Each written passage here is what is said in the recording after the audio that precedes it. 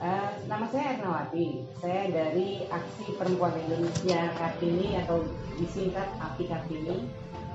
Kami adalah sebuah organisasi perempuan yang berkedudukan pusat di Jakarta secara nasional, dan saya berasal dari API Kartini Yogyakarta.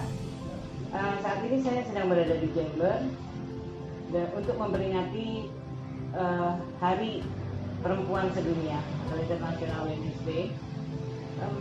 Kalau kita melihat sejarahnya, Hari Perempuan Internasional sudah dirayakan selama sekian tahun, tapi hingga hari ini kita bisa melihat bahwa ternyata perlindungan untuk kaum perempuan masih belum cukup masif. Artinya masih banyak terjadi kekerasan di Indonesia.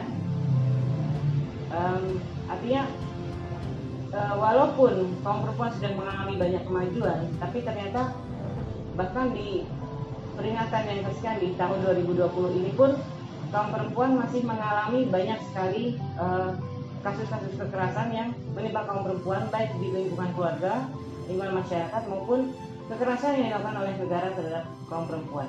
Dan ini bisa dilihat dari banyaknya kasus yang kemarin dirilis oleh Komnas Perempuan.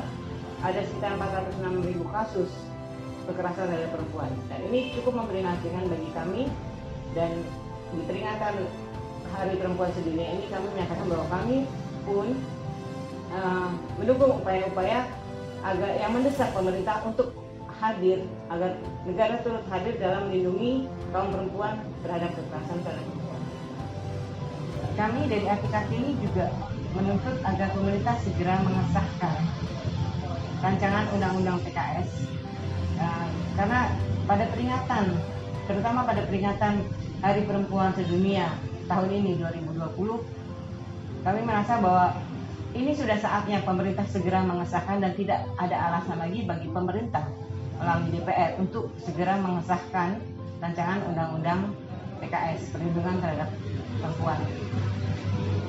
Karena pasal-pasal dalam RUU PKS cukup detail dan cukup melindungi kaum perempuan secara hukum atas kekerasan yang dialami, baik dari proses penanganan pada saat mengalami masalah hingga penanganan korban pasca dia mengalami trauma. Yang baru ini tentang RUU Ketahanan Keluarga. Ini pukulan cukup berat untuk kelompok perempuan, untuk kaum perempuan Indonesia ya. Kita dipukul mundur dengan RUU Ketahanan Keluarga ini, karena berbagai isi dari RUU Ketahanan Keluarga ini jelas-jelas menunjukkan adanya domestifikasi terhadap kaum perempuan. Kita sudah berusaha maju cukup panjang, tapi kemudian dengan RUU Ketahanan Keluarga ini kembali gerakan perempuan dipukul mundur, dengan kemudian banyak pasal-pasal yang mengatur bagaimana perempuan harus bersikap, bertingkah laku, dan mengatur keluarga, dan itu bahkan akan diatur secara sistematis. Artinya perjuangan kaum perempuan selama ini untuk mendapatkan pembebasan, untuk mendapatkan kesetaraan gender, kemudian menjadi mundur lagi, setback ke belakang, dan ini cukup selain merisaukan juga membuat kami marah, dan kami jelas menolak RUU Ketahanan Keluarga ini.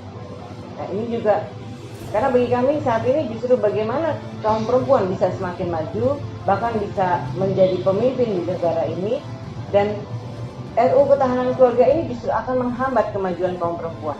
Sementara saat ini pemerintah sudah bicara tentang pengaruh utamaan gender. Bagaimana kita bisa bicara tentang pengaruh utamaan gender ketika kemudian ada hambatan dari RUU Ketahanan Keluarga? Untuk itu kami menolak dengan tegas RUU Ketahanan Keluarga.